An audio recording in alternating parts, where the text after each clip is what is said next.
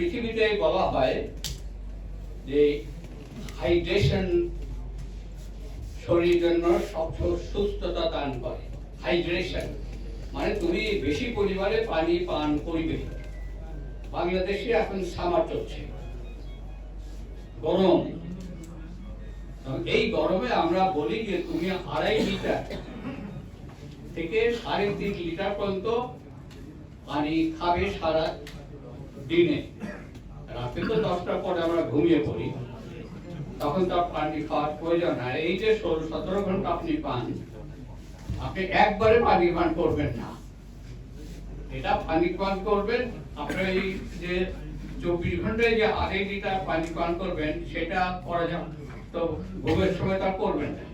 আপনি 12 ঘন্টা বা 14 ঘন্টার মধ্যেই পানিটা যেন 2 ঘন্টা 3 ঘন্টা পর পর পানি পান করেন, এটা নিয়ম।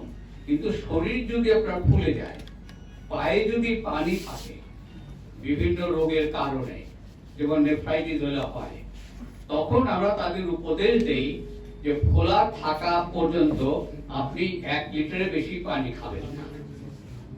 তাহলে পানিটা জমে আপনার লাংসে প্রবলেম হতে পারে বা শ্বাসকষ্ট হতে পারে। সেই জন্য দেখবেন যে যারা ডায়ালিসিস করে তাদেরকে সব সময় বলা আছে আপনি 1 লিটারের বেশি পানি খাবেন না।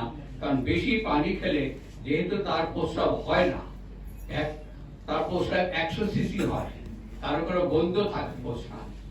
সেই জন্য আমরা তাদেরকে উপদেশ দিই, আপনি যেহেতু ডায়ালিসিস করছেন, ডায়ালিসিস করে আপনার জমানো পানিটা আপনাকে বের করতে হয় ওই ডায়ালিসিস করার মাধ্যমে।